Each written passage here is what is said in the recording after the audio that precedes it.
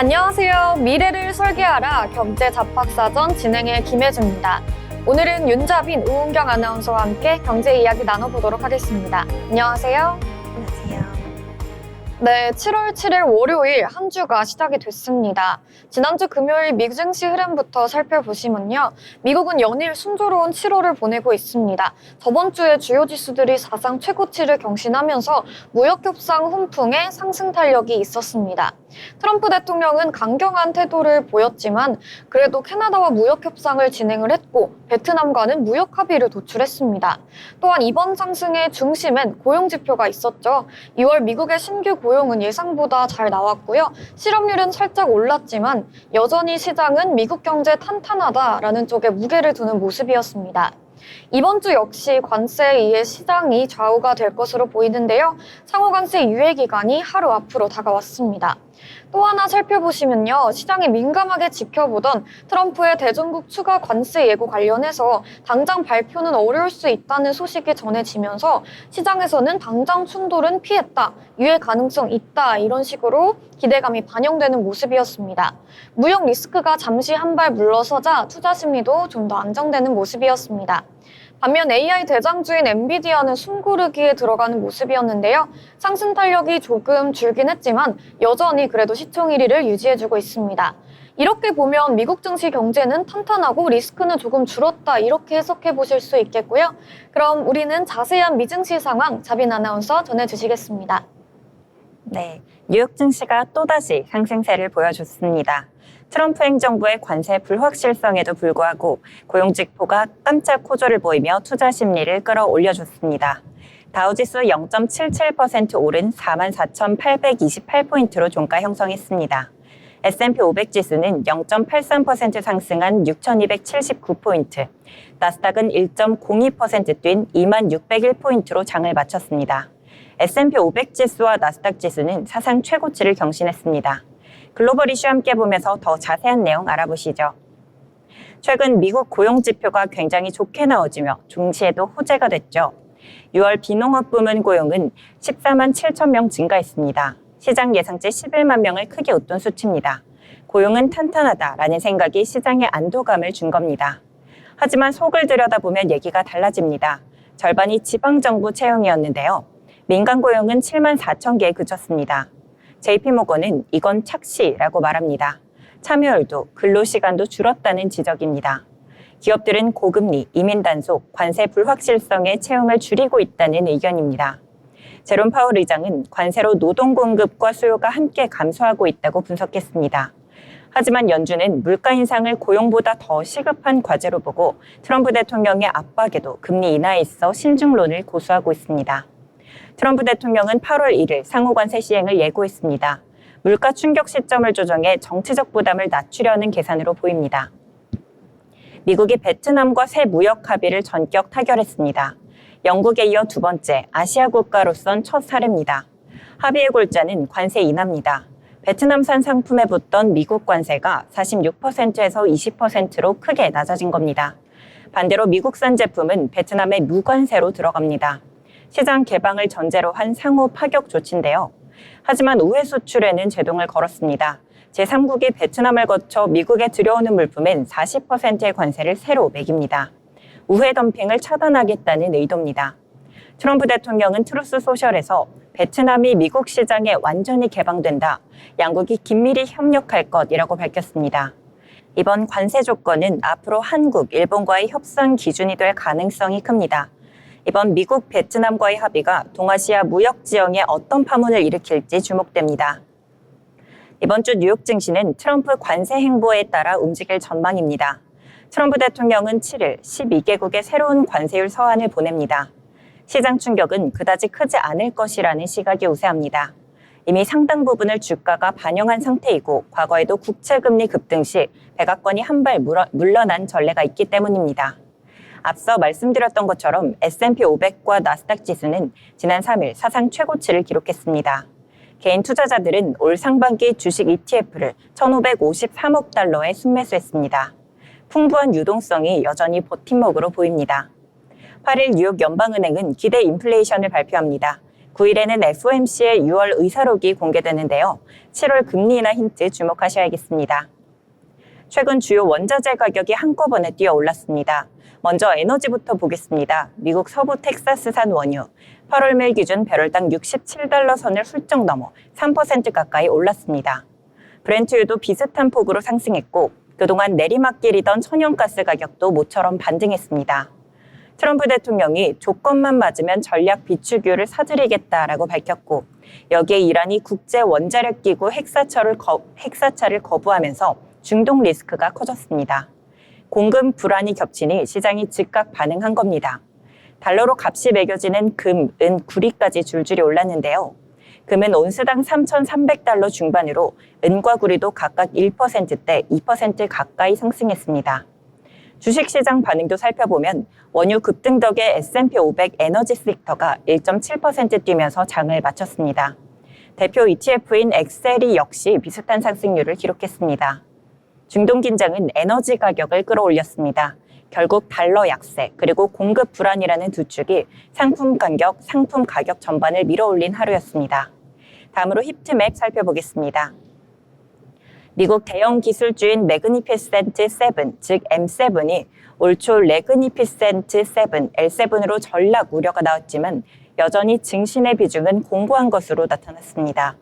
S&P 500 시가총액 중 M7 비중은 1년 전 대비 상승했고 L7 우려가 퍼진 시점보다도 올랐습니다.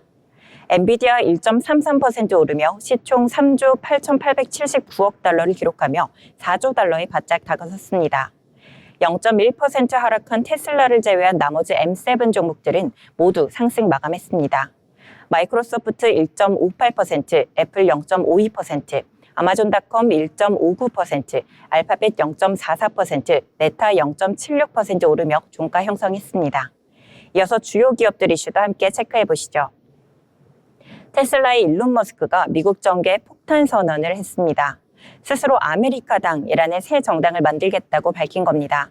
머스크는 공화당과 민주당이 세금을 낭비하고 부패를 키워 나라 곳간을 비웠다며 두 당 모두를 강하게 비판했습니다. 원래는 트럼프와 일론 머스크 두 사람 한때는 한 배를 탔었죠. 지난 대선 때 머스크가 트럼프를 도왔고 트럼프 대통령은 머스크에게 정부 예산을 줄이는 정부 효율부 수장을 맡기며 측근으로 중용했죠. 하지만 트럼프가 10년 동안 무려 5천조 원 적자를 낼 수 있는 대규모 감세안을 밀어붙이자 갈등이 터졌습니다. 서로에게 배은망덕이다, 미쳤다라는 독설까지 주고받았는데요. 결국 머스크는 신당 창당으로 결별을 공식화했습니다. 머스크의 목표는 내년 중간선거에서 상원 2에서 3석, 하원 10석 남짓을 확보해 캐스팅 보트를 쥐겠다는 겁니다. 현재 상하원이 살얼음 판세여서 몇 석만 가져도 트럼프 정책에 브레이크를 걸 수 있다는 계산이죠. 트럼프는 끝까지 맞서면 추방도 검토하겠다라고 경고한 상태입니다. 머스크가 거대한 자금력과 소셜미디어 영향력을 앞세워 실제로 의석을 얻을 수 있을지, 그리고 두 사람의 충돌이 테슬라와 우주 AI 사업에 어떤 파장을 미칠지 시장이 촉각을 곤두세우고 있습니다. 다음 소식입니다. AI 열풍의 주인공 엔비디아가 시가총액 4조 달러 고지를 앞두고 있습니다. 지난달 25일 주가가 154달러를 넘어서며 마이크로소프트를 제치고 시총 1위로 올라섰고 이틀 만에 157달러까지 뛰어 3조 8천억 달러 선을 돌파했습니다. 챗GPT 이후 불붙은 AI 서버 투자 덕분에 1분기 매출이 전년 대비 70% 가까이 급증한 것이 주가를 다시 끌어올렸습니다. 젠슨 황 CEO는 AI와 로보틱스가 수조 달러 규모의 기회를 열 것이라며 자율주행차를 첫 상업 사례로 꼽았습니다. 반면 트럼프 행정부의 추가 관세와 대중 수출 규제 가능성, 그리고 높은 밸류에이션은 잠재적 위험 요인으로 지적됩니다. 과연 엔비디아가 올여름 4조 달러 벽을 넘을지 집중되고 있습니다. 다음 소식입니다. 메타와 레이벤이 만든 새 스마트 안경 3세대가 이르면 10월 출시됩니다. 이번 모델은 큰 변화가 하나 있습니다. 바로 안경알이 디스플레이라는 점입니다. 720p HD 화질의 작은 화면이 양쪽 렌즈에 들어가 텍스트는 물론 사진과 영상까지 눈앞에 바로 띄워줍니다. 저 건물이 뭐야? 하고 바라보기만 하면 내장된 생성형 AI가 즉석에서 정보를 읽어주고 길 안내, 번역, 뉴스 헤드라인까지 보여줄 수 있습니다. 두뇌 역할을 하는 칩셋은 퀄컴 AR2 저전력으로도 빠른 연산이 가능해 안경 무게와 배터리 부담을 줄였습니다. 가장 큰 장점은 가볍고 비교적 저렴하다는 점입니다. VR 헤드셋처럼 얼굴을 꽉 두르지 않아 길거리, 카페, 운동 중에도 부담 없이 쓸 수 있습니다. 이 시장을 노리는 건 메타만이 아닙니다. 구글은 삼성과 애플은 애플 글라스를, 샤오미는 AI 안경을 이미 공개했습니다. 시장 조사기관 카운터포인트 리서치는 스마트 안경 시장이 앞으로 5년간 연평균 80%씩 성장할 것으로 전망합니다. 10년 전 구글 글라스는 실패했지만 이번엔 생성형 AI라는 강력한 엔진이 붙은 거죠. 만약 레이벤 메타3가 흥행에 성공한다면 AR 안경이 일상기기로 자리 잡는 촉매가 될 수 있습니다. 다음 소식입니다. 애플 페이스타임이 곧 노출 자동 차단 기능을 시험 중입니다. 현재 발표된 iOS 26 두 번째 베타에서 확인된 내용인데요. 영상통화 도중 카메라의 민감한 신체 부위가 포착되면 화면과 음성이 즉시 일시 정지되고 계속 통화할까요? 종료할까요? 라는 경고창이 뜹니다. 사용자가 의도치 않은 노출을 막아주는 안전장치인 셈입니다.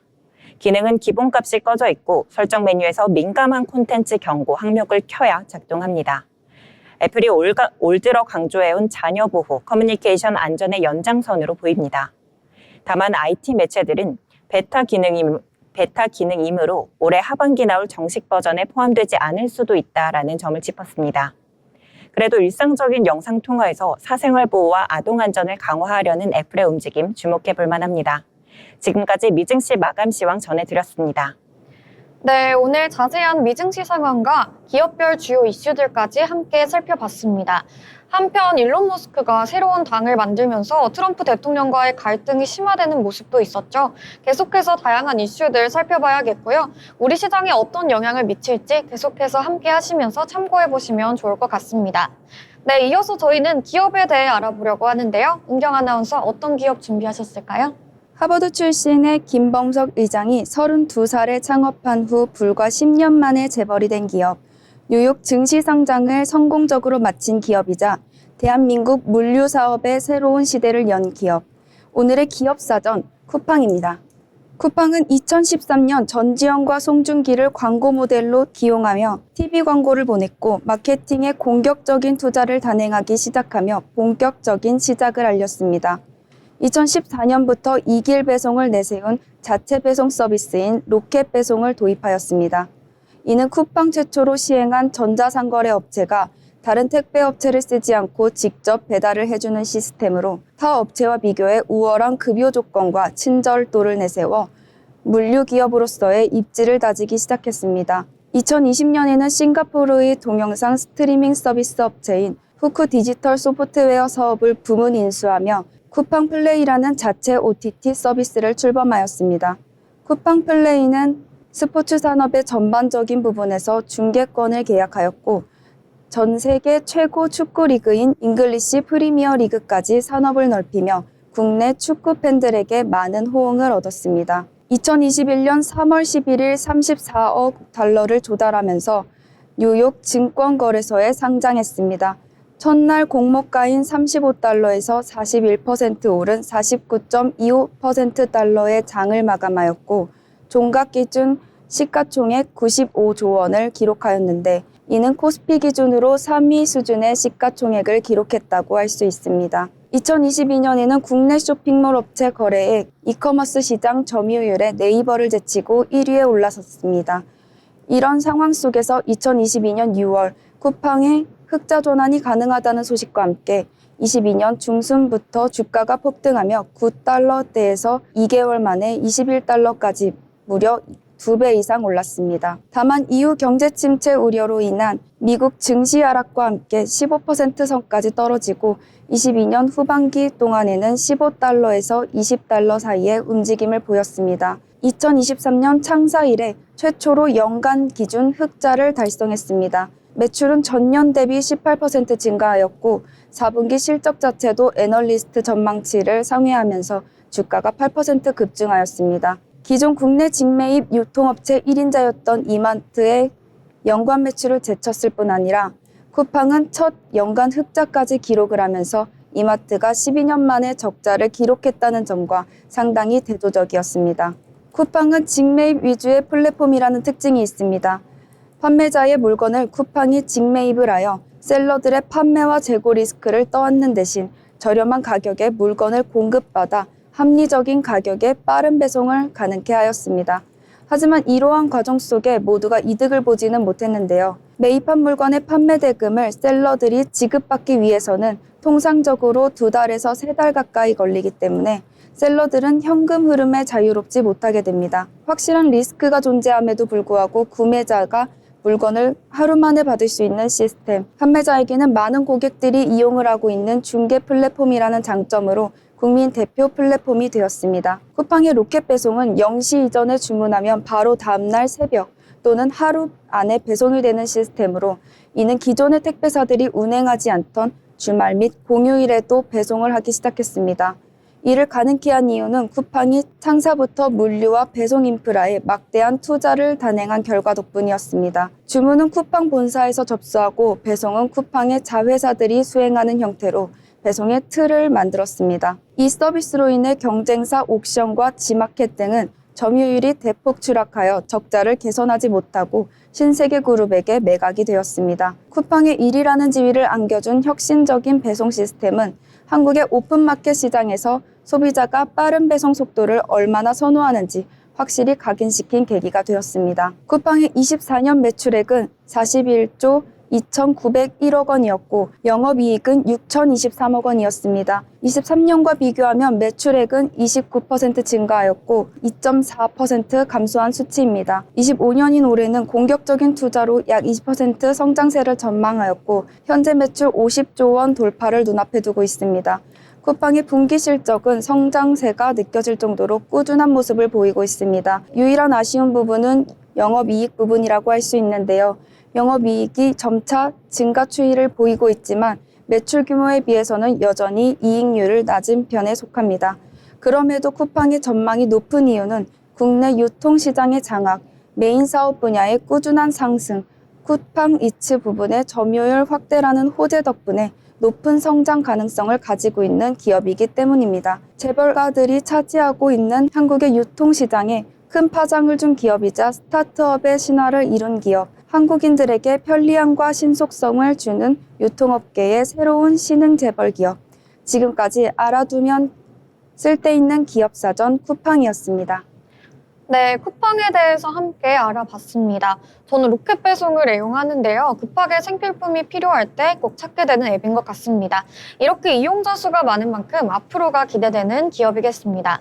네, 이어서 오늘 신문에 나온 이슈들도 살펴봐야겠죠? 자빈 아나운서 어떤 뉴스 준비해 주셨을까요? 네, 오늘 신문에서 발췌한 기사를 전해드리는 뉴스 브리핑 시간입니다. 첫 번째 소식입니다. 미국의 상호 관세 유예가 하루 앞으로 다가오면서 워싱턴과 서울의 긴장감이 최고조에 달했습니다. 트럼프 대통령은 무역 흑자가 큰 12개국에 최대 60에서 70%의 관세를 매길 수 있다라고 경고했습니다. 한국은 지금 관세 폭탄을 막기 위해 총력 외교전을 펼치고 있습니다.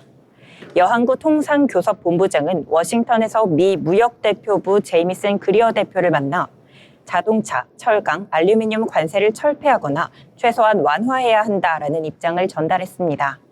조선, 방산 같은 분야에서 미국 제조업과 협력하는 대신 관세를 줄이자는 제안입니다. 두 번째 카드도 꺼내는데요. 위성락 국가안보실장이 급파돼 백악관 안보라인과 통상안보 패키지 협상을 시도합니다. 당초 8일 0시 종료 예정이었던 유예 기간은 트럼프 대통령이 8월 1일 발효를 언급하면서 연장될 가능성이 더 커졌습니다. 여 본부장은 추가 유예가 있을 것이라면서도 8일 전 타결 가능성도 열려 있다고 밝혔습니다. 트럼프 대통령은 이미 10%의 상호 관세에 더해 품목별 관세까지 매기고 있는데요. 협상 결과에 따라 세율을 10%까지 낮추거나 70%까지 높일 수 있다는 메시지로 교역 상대의 조바심을 키우고 있습니다. 한국은 대미 무역 흑자 8위국 명단에 포함될 가능성이 높습니다. 관세 폭탄을 피하려면 제조, 기술 협력 카드를 얼마나 설득력 있게 내놓을지가 관건입니다. 다음 소식입니다. 자영업 폐업이 다시 급증했습니다. 작년 한 해 문을 닫은 사업자가 100만 8천 명, 통계 작성 30년 만에 처음으로 100만 명을 넘겼습니다. 이는 1995년 집계 이후 가장 많은 수치인데요. 전년보다 2만 2천 명가량 늘었고 2019년 92만 명이던 폐업자 수가 코로나 이후 2022년 잠시 줄었다가 작년부터 다시 치솟았습니다. 폐업 사유의 절반은 사업 부진입니다. 이 비중이 50%를 넘긴 건 금융위기 직후인 2010년 이후 첫 번째입니다. 폐업의 1순위는 소매업, 두 번째가 음식점인데요. 두 업종을 더하면 전체 폐업의 45%를 차지합니다. 온라인 쇼핑 확대, 무인 매장 증가, 여기에 고금리까지 겹친 결과입니다. 전체 사업자 10곳 중 한 곳이 작년 한 해 폐업했습니다. 업종별 폐업률은 소매 16.8%, 음식 15.8%, 인적용역 14.1% 순입니다. 소매업 폐업률은 11년 만에 최악입니다. 빚을 못 갚는 자영업자도 늘고 있습니다. 최악 자영업자 대출 연체율은 올 1분기 12.2%로 2013년 이후 최고치입니다. 내수 한파 속 비용 부담이 커지면 생계형 자영업이 먼저 흔들립니다. 대출 상환 유예, 금리 부담 완화 같은 세밀한 지원책이 시급하다는 지적이 나옵니다. 다음 소식입니다. 정부가 지난달 발표한 이른바 627 부동산 대책, 대출 한도를 6억 원으로 꽉 묶고 조건부 전세 대출까지 막아서 강남 쏠림을 진정시키겠다는 내용이죠. 경제 전문가들은 이 방안을 어떻게 봤을까요? 6일 한경 이코노미스트 클럽 설문에 따르면 전문가 20명 중 19명, 무려 95%가 집값 안정에 도움이 된다라는 답을 내놨습니다. 25%는 매우 도움된다, 70%는 다소 도움된다라는 평가를 내놨습니다. 고가 주택 수요의 직격탄이 될 것, 대출 끌어다 강남 집 사는 길이 사실상 막혔다라는 반응이 줄을 이었습니다. 예상보다 훨씬 센 규제라는 겁니다. 그런데 문제는 지속력입니다. 전문가 절반 이상이 이 대책은 단기 처방일 뿐이라고 지적했습니다. 수요는 잡았지만 공급 카드가 빠졌다는 겁니다. 소위 공급 절벽이 계속된다면 가격은 언젠가 다시 꿈틀거린다는 거죠. 실제로 추가 대책이 필요하다는 질문에 55%가 주택 공급 확대를 1순위로 꼽았습니다. 그린벨트 해제든 재건축, 재개발 활성화든 뭐든 다 꺼내야 한다는 의견입니다. 반면 세금 더 올리자라는 응답은 20%에 그쳤습니다. 집값 수준에 대한 시각도 지역별로 갈렸습니다. 강남 평균 매매가 17억 원이 넘죠. 전문가 60%가 너무 높다라며 고개를 저었습니다. 서울 전체는 다소 높다가 절반 정도, 전국 평균은 높다와 적당하다가 엇비슷했습니다. 다음 소식입니다. 올해 상반기 한국에 들어온 외국인 직접 투자 규모가 크게 줄었습니다. 총 신고액이 131억 달러, 작년 같은 기간보다 15% 가까이 빠졌는데요. 가장 큰 이유는 두 가지입니다. 첫째, 국내 정치 불확실성, 이른바 탄핵 전국 여파. 둘째, 트럼프 행정부가 밀어붙인 관세 정책으로 세계 무역 환경 자체가 흔들린 점입니다. 투자 방식별로 보면 새 공장이나 지사를 짓는 그린필드 투자가 4% 정도 줄었고, 기업을 통째로 사들이는 인수, 합병 투자는 거의 절반 가까이 급감했습니다. 업종별 상황은 엇갈렸습니다. 제조업 투자는 3분의 1이나 줄었습니다. 특히 전기전자와 기계, 의료, 정밀 분야는 각각 60%, 70% 넘게 빠졌습니다. 반면 서비스업은 선방했습니다. 유통 분야와 정보통신 쪽엔 오히려 해외 자본이 더 들어왔습니다. 온라인 쇼핑 확대와 디지털 전환 덕분에 팔릴 시장은 확실하다라고 본 겁니다. 그래도 한 가지 긍정적인 신호가 있었습니다. 투자자들이 실제로 한국에 들여온 집행액은 73억 달러로 작년보다 소폭 늘었습니다. 한국 경제 체력은 괜찮다라는 믿음이 완전히 사라진 건 아니라는 뜻입니다. 앞으로 관건은 관세 불확실성을 얼마나 빨리 풀어내느냐, 그리고 제조업 투자 매력을 어떻게 되살리느냐입니다.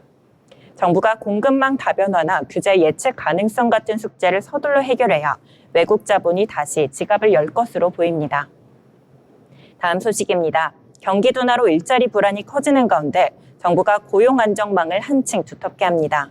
고용노동부는 오늘 추가 경정 예산 1,652억 원을 투입해 국민 취업 지원제도 지원 인원을 30만 5천 명에서 36만 명으로 늘린다고 밝혔습니다.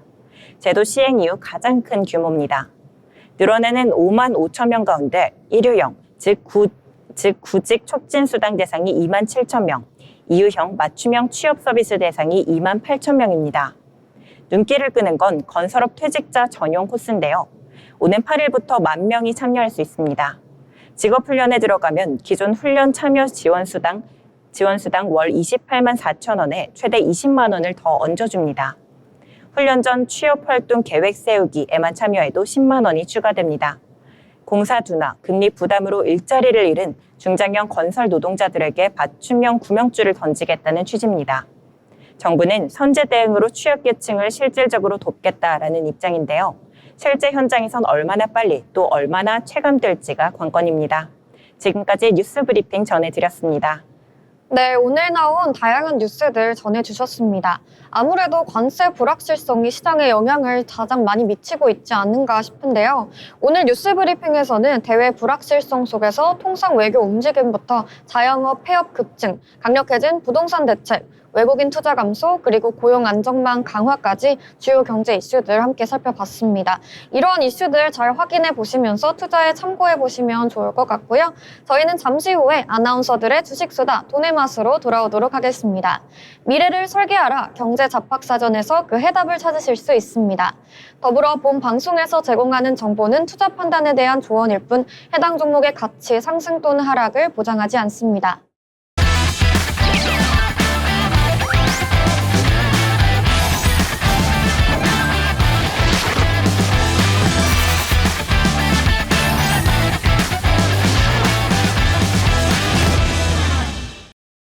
네, 이번 시간은 투자의 고수가 되고 싶은 아나운서들의 주식 이야기 나눠보는 시간입니다. 네, 먼저 국내 증시 마감 상황부터 살펴보겠는데요. 7월 7일 월요일 한 주의 시작이죠. 기분 좋게 양시장 모두 상승불 켰습니다. 코스피가 장중 보합권에서 등락을 반복하는 모습이 포착되었고요. 3030대에서 거래를 시작한 코스피는 장중 상승 전환하면서 3068선까지 오르기도 했습니다. 하지만 상승분을 어느 정도는 반납하는 모습이었는데요. 0.17% 상승 마감했습니다. 수급적으로도 살펴보시면요. 개인이 1,000억 원 넘게 순매수했고요. 외국인과 기관이 1,000억 원 가까이 800억 원대에 팔아내면서 매도 우위를 보여줬습니다. 이어서 코스닥도 살펴보도록 하겠습니다. 코스닥도 역시나 상승 마감했는데요. 전거래일 대비 0.34% 상승해주면서 마감했습니다. 개장 후 줄곧 770선에서 거래 중이던 모습이 포착됐습니다. 수급 상황 보겠습니다. 외국인이 홀로 물량을 담아내는 모습인데요. 1,300억 원대 담아내면서 지수의 상승을 이끌어줬습니다. 반면에 기관과 외국인이 덜어내면서 매도 포지션 보여줬습니다. 네, 그럼 시총 상위 종목들도 보도록 하겠습니다. 코스피, 코스닥 모두 혼조세 보이는 가운데 5천억 원 규모의 자사주 매입 계획을 밝힌 신한지주는 4.76% 상승불 켰습니다. 네이버도 3% 가까이 상승해줬는데요.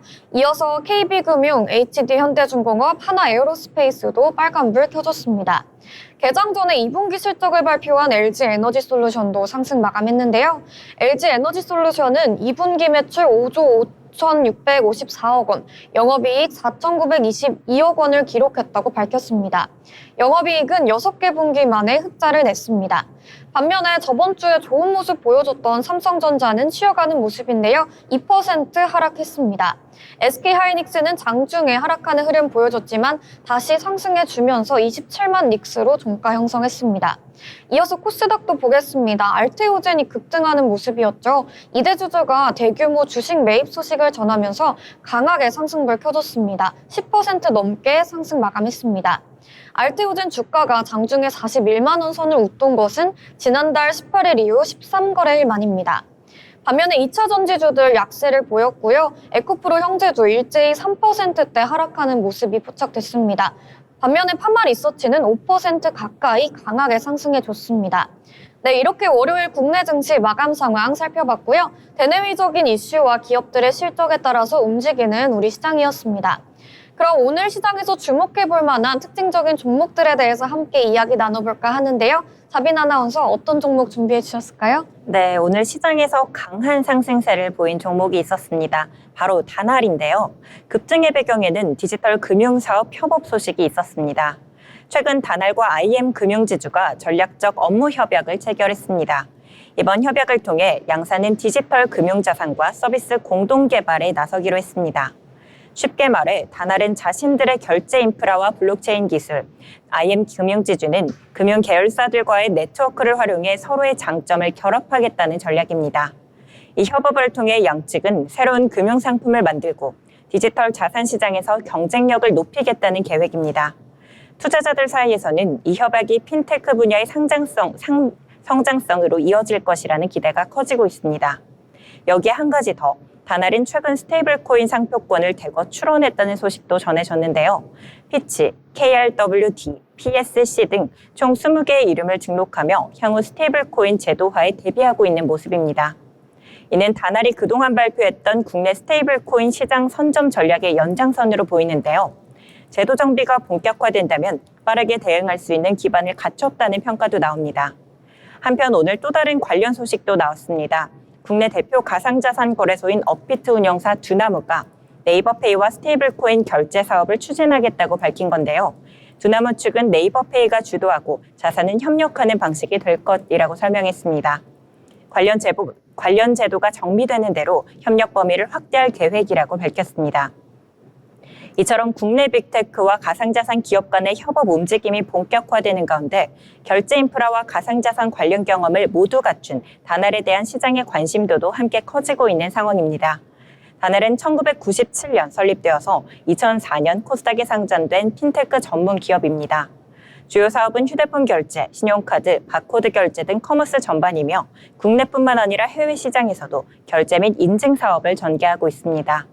특히 자회사 페이 프로토콜을 통해 국내 최초로 가상자산 결제를 실생활에 적용한 기업으로도 알려져 있습니다. 또한 글로벌 결제 기업 페이팔과의 파트너십도 보유하고 있어 기술력과 신뢰성 모두 갖춘 업체라는 평을 받고 있죠.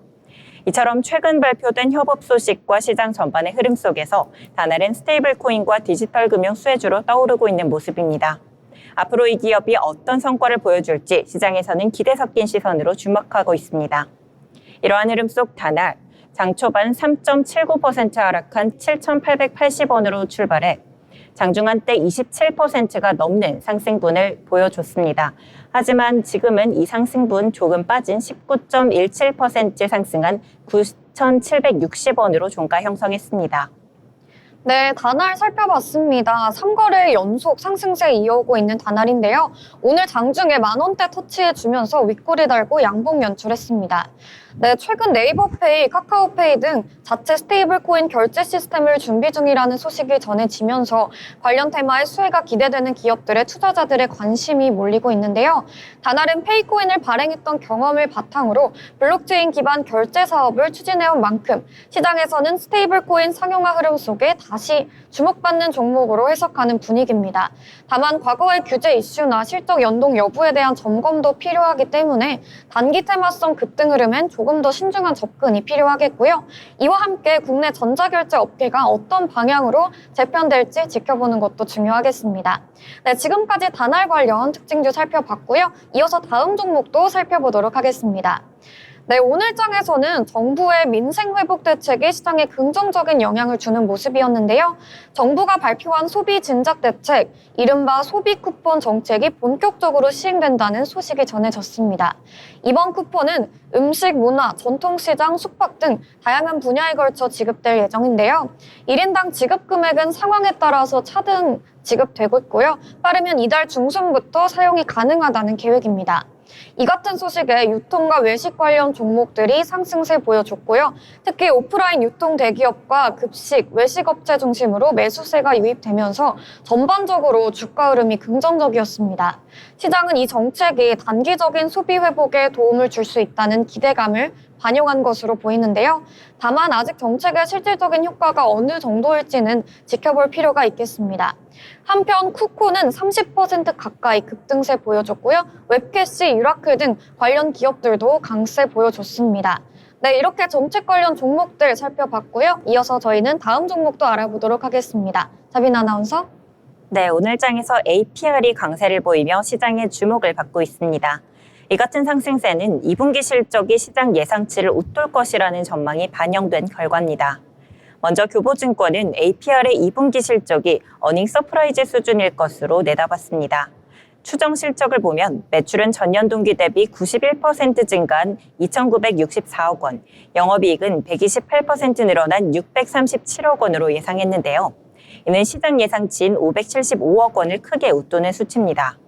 교보증권 측은 미국뿐만 아니라 일본의 메가와리 행사에서도 역대 최대 실적을 냈다며 유럽과 중화권에서도 별다른 마케팅 없이도 매출이 크게 늘었다라고 분석했습니다.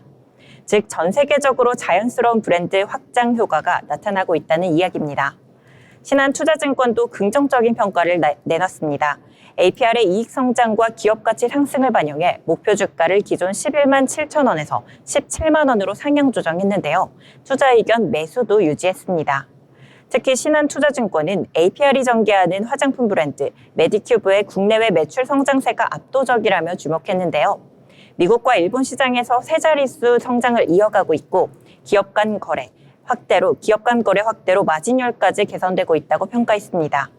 APR은 뷰티 브랜드뿐만 아니라 스마트 뷰티 디바이스, 헬스케어, 홈트레이닝 등으로 사업 영역을 확장 중인데요. 최근에는 부스터 진동 클렌저, LED 마스크 같은 디바이스 제품도 국내외에서 좋은 반응을 얻고 있습니다. 이처럼 글로벌 진출 성과와 수익성 개선이 동시에 이루어지는 상황에서 APR이 당분간 투자자 관심 종목으로 떠오를 가능성이 커지고 있습니다. 이러한 흐름 속 APR, 장 초반 0.51% 오른 13만 7,800원으로 출발해 현재 8.97% 상승한 14만 9,400원으로 종가 형성했습니다. 네, APR 오늘장에서는 조금 쉬어간 반면에 오늘은 2분기 실적에 대한 증권가의 긍정적인 전망에 힘입어서 상승세 보여주는 흐름이었습니다. 일부 증권가에서는 영업이익이 전년 동기 대비 2배 가까이 증가할 수 있다는 분석까지 내놓았습니다. 화장품과 패션, 헬스케어를 아우르는 자사 브랜드들이 국내외 시장에서 고르게 성장하고 있고요. 특히 중국과 미국 등 해외 매출 비중 확대가 실적 개선의 핵심 요인으로 작용하고 있습니다. 다만 최근 단기 주가 급등으로 인해서 일부 차익 실현 매물이 출회될 수 있는 구간이 있다는 점 체크해볼 필요가 있겠고요. 앞으로 이어질 실적 발표와 하반기 사업 전략에 따라서 주가 흐름이 어떻게 전개될지 지켜보시면 좋겠습니다. 네, 이렇게 APR 함께 살펴봤고요. 다음 종목으로 넘어가 보도록 하겠습니다. 다음 종목입니다. 10월 초에 황금 연휴 가능성에 대한 기대감도 오늘 시장에서 주요 이슈 중 하나였는데요. 정부가 10월 2일을 임시 공휴일로 지정하는 방안을 검토 중이라는 소식이 전해지자 여행과 레저 관련 종목들이 강세를 나타냈습니다. 특히 해외 패키지 상품을 주력으로 하는 여행사 중심으로 주가가 상승해줬고요. 카지노나 항공 관련 종목에도 관심이 몰리는 흐름이었습니다. 오랜만에 연휴다운 연휴가 예고가 되면서 해외여행 수요가 다시 폭발적으로 늘어날 것이라는 기대감이 작용했는데요. 여기에 최근 엔화 약세도 여행 수요를 자극할 수 있는 요인으로 함께 거론되고 있습니다. 하지만 일시적인 재료인 만큼 추세적 상승으로 이어질지 대해서는 조금 더 신중한 접근 필요하겠고요. 오늘 같은 경우는 노란 풍선 4% 넘게 강하게 상승 불키는 모습 보여줬고요. 모두투어, 하나투어 등 여행업들이 일제히 상승해줬습니다. 네, 이렇게 여행 테마에 대해서 함께 알아봤고요. 이어서 다음 특징주도 살펴보도록 하겠습니다. 자빈 아나운서 전해주시죠. 네, 오늘 장 초반 동양생명 주가가 급등하며 시장의 이목을 끌었습니다. 이번 상승세는 우리금융지주가 자녀 지분을 전량 인수할 수 있다는 관측이 나오면서 나타났습니다. 앞서 지난 4일 한 언론은 우리금융지주가 동양생명의 남은 지분 21.2% 전량을 추가로 확보하는 방안을 검토 중이라고 보도했는데요. 현재 우리금융은 경영권 지분 75.34%를 이미 보유 중입니다. 만약 이번에 자녀 지분까지 사들이게 된다면 동양생명을 100% 완전 자회사로 편입하게 됩니다. 시장에선 이후 상장 폐지 가능성도 제기되고 있습니다. 일반적으로 완전 자회사 편입 시 공개 매수를 통해 소액주주 지분을 정리하는 절차가 뒤따르기 때문입니다. 공개 매수가 진행되면 시가보다 높은 가격, 즉 프리미엄이 붙은 가격으로 주식을 매입하는 경우가 많습니다. 이에 따라 차익을 기대한 개인 투자자들의 매수세가 몰리며 주가가 크게 뛴 것으로 분석됩니다. 이 같은 행보는 우리금융의 비은행 부문 강화 전략과 맞닿아 있습니다. 임종용 우리금융 회장은 지난 1일 동양생명과 ABL생명을 자회사로 공식 편입하며 보험 계열사를 갖춘 종합금융그룹 체제를 완성했습니다. 임 회장은 당시 임직원들에게 손편지를 통해 이제는 한 가족이라는 메시지를 전하며 소속감을 강조하기도 했는데요. 그룹 전체 시너지를 높이기 위한 내부 결속 다지기 행보로도 읽힙니다. 다만 통합 과정에서 노조와의 갈등이라는 과제도 남아 있습니다. 동양생명 노동조합은 매각에 따른 위로금 지급을 요구하며 총파업을 예고한 상태인데요. 앞으로 노사 관계가 원활하게 정리될 수 있을지도 시장의 관전 포인트가 될 것으로 보입니다. 한편 동양생명은 1989년 설립된 중견 생명보험사로 보험 자산과 보장성 상품의 강점을 지닌 기업입니다. 이번 완전 자회사 전환과 상장 폐지 가능성이 현실화된다면 생명보험업계 재편 흐름에도 영향을 줄 수 있다는 분석이 나오고 있습니다. 이러한 흐름 속 동양생명 장 초반 0.25% 하락한 7,930원 보여줬습니다. 장중 거의 4%가 넘는 상승분을 보여주다 현재는 이 상승분을 모두 반납한 1.76% 하락한 7,810원으로 종가 형성했습니다. 네, 동양생명 음봉 마감했지만 거래량이 좋은 모습이었기 때문에 주목해보시면 좋겠습니다. 우리금융이 동양생명의 잔여 지분 인수 가능성을 검토 중이라는 기사가 나오면서 관련 기대감이 주가에 반영이 됐는데요. 이번에 잔여 지분까지 확보하게 되면 완전 자회사 편입이 가능해지고요. 이를 통해 보험 포트폴리오 확대, 비은행 수익 다변화 전략에도 힘이 실릴 수 있겠습니다. 동양생명 입장에서도 지배구조가 명확해질 수 있는 기회로 평가가 되면서 오늘 투심이 크게 살아났다 이렇게 파악할 수 있겠고요. 물론 아직은 확정된 사안이 아닌 만큼 향후 공식 발표와 인수 방식, 조건들을 꼼꼼히 체크해 보시면 좋겠습니다. 네, 이렇게 저희는 5가지 특징주들에 대해서 이야기 나눠봤는데요. 투자에 함께 살펴보시면서 참고해보시면 좋겠습니다. 이어서 저희는 투자에 도움이 될 만한 리포트들 함께 살펴보도록 하겠습니다. 자빈 아나운서, 오늘 준비한 내용 전해주시죠. 네, 오늘은 국내 대표 철강 그룹이자 2차 전지 소재까지 아우르는 포스코홀딩스 이야기입니다. 하나증권의 바닥 확인이라는 재미있는 제목의 리포트입니다. 철강, 배터리, 관세, 환율. 숫자도 많고 용어도 어렵다라고 느끼실 텐데요. 최대한 쉽게 풀어서 설명드리겠습니다. 먼저 왜 하필 포스코일까요? 전통 철강 산업에서는 여전히 글로벌 톱티어를 지니고 있고 최근엔 리튬, 니켈 같은 2차 전지 소재로 미래 먹거리로 키우고 있습니다. 즉 경기에 민감한 철강과 성장 산업인 배터리 두 얼굴을 동시에 가지고 있어 한국 증시의 온도계 역할을 한다는 점이죠. 이번 2분기 예상 실적부터 볼까요? 매출 18조 1천억 원, 작년 같은 기간보다 2% 줄었지만 바로 전분기보다는 4% 늘었습니다. 영업이익 6,269억 원, 시장 예상치가 7,100억 원이었으니 살짝 못 미쳤다. 이렇게 기억하시면 될 것 같습니다. 여기서 포인트는 팔린 철강은 많아졌는데 돈 버는 속도는 기대만큼 안 올라왔다입니다. 판매량이 늘어난 이유는 의외로 간단합니다. 올해 2분기에는 대규모 설비 보수가 없었습니다. 공장 가동률이 올라가면서 철강 제품 출하량이 846만 톤, 작년보다 8%, 지난 분기보다 4% 늘었습니다. 한마디로 기계가 쉴 틈이 없었다라는 뜻이죠. 그렇다면 가격은 어땠을까요? 조선사, 자동차 회사의 톤당 6,000원가량 인상했습니다. 쉽게 설명드리자면 철 한 덩어리에 라면 한 그릇값 올렸다라고 생각하시면 쉽습니다. 원가, 즉 철광석, 석탄 가격은 통당 2,000원가량 내려갔습니다. 팔 때는 더 비싸게, 만들 때는 조금 싸게. 이 차이를 스프레드라고 부릅니다. 스프레드가 넓어지면, 즉 이윤폭이 넓어진다는 뜻입니다.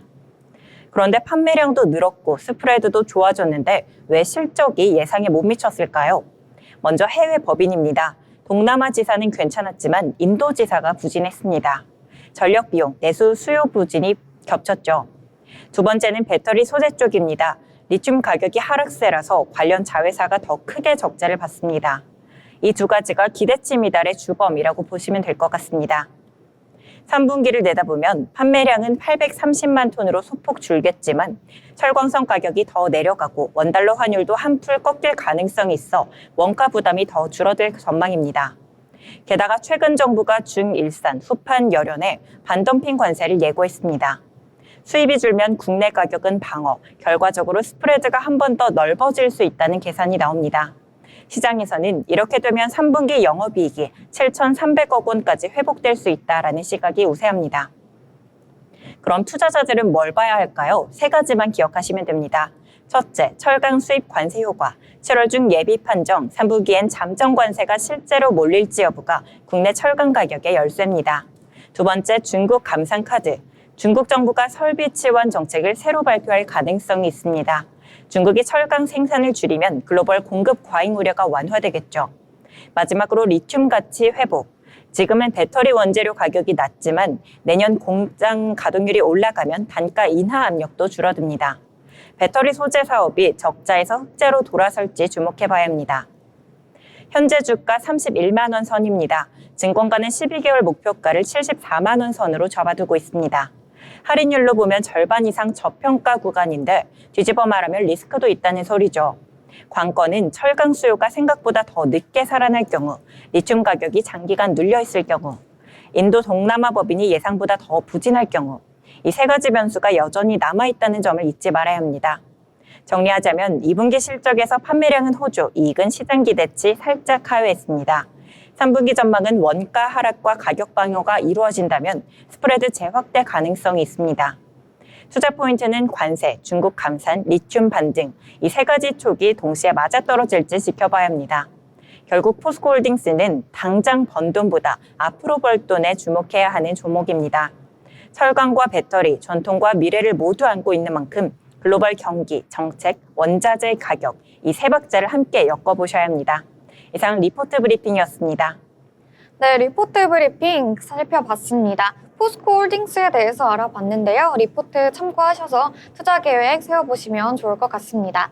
네, 오늘 우리 시장 정리해보도록 하겠습니다. 소폭이지만 양시장 모두 상승해줬고요. 대형주보다는 일부 정책 수혜 기대가 있는 종목들 위주의 움직임이 나타났다. 이렇게 해석해볼 수 있겠습니다.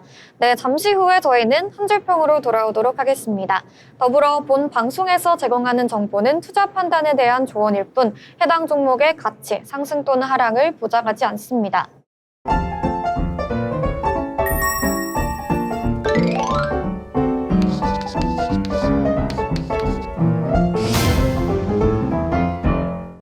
네, 돌아온 오늘장 한 줄평 시간입니다. 네, 자빈 아나운서부터 오늘장 어땠는지 얘기해 주시죠. 네, 한 주의 시작 월요일이죠. 월요일부터 기분 좋게 좋은 상승 보여줬습니다. 장은 이대로만 가라라고 기원해보면 좋을 것 같고요. 또 오늘 너무 더웠잖아요. 시청자분들도 수분 섭취 꼭 해주시고 건강 유의하시기 바랍니다. 네, 좋습니다. 수분 섭취 꼭 필수겠는데요. 은경 아나운서도 전해주시죠. 네, 코스피 시장이 외국인들의 매도와 매수가 반복되는 상황에서 중립적인 태도를 취하라라고 한 줄 평할 수 있을 것 같습니다. 네, 잘 들었습니다. 저는 한 줄 평을 미국발 훈풍의 국내 증시 오늘 살짝 웃은 하루였다라고 정리해 볼 수 있겠는데요. 앞으로 저희와 함께 관세 협상에 대해서도 지켜봐야겠고요. 이번 주는 미국 소비자 물가지수 발표를 앞두고 있죠. 시장은 또 한 번 방향성을 가늠하게 될 것으로 보입니다. 네, 국내에선 정부 정책 발표와 기업 실적 발표 일정도 함께 주목해 보시면 좋을 것 같습니다. 네, 내일도 저희 방송과 함께 하시면서 성공적인 투자 계획 세워보시기 바랍니다. 시청해주신 여러분 고맙습니다.